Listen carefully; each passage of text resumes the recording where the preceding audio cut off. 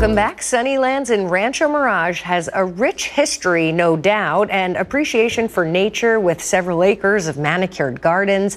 Now it is partnering with DAP Health for a storytelling project.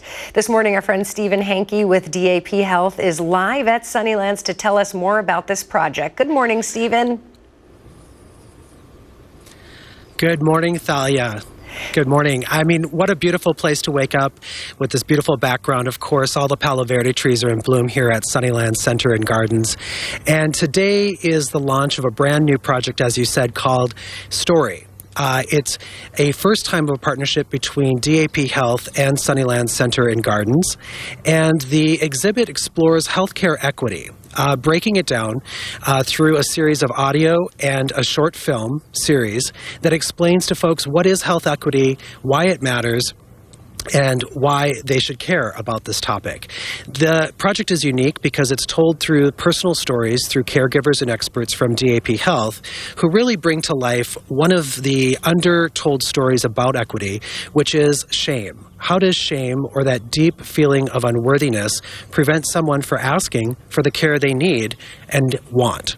I'm with Meekleen Gallagher, the Director of Education and Environmental Programs at Sunnylands Gardens, and we are excited about today. Tell me about this project. How did it get started? So Story was something that came this last year during the pandemic, and it was one of those situations where we've always used the gardens to tell story. When we first opened, we used it to introduce Sunnylands to the community who weren't sure what we were and what we were doing.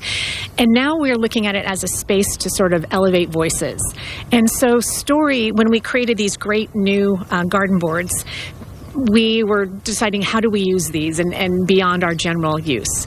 And then we started watching organizations who were struggling in the pandemic with not being able to get their voices heard, with not being able to interact. If you didn't have an outdoor space, you were at an extreme disadvantage over the last year in how to engage with your population.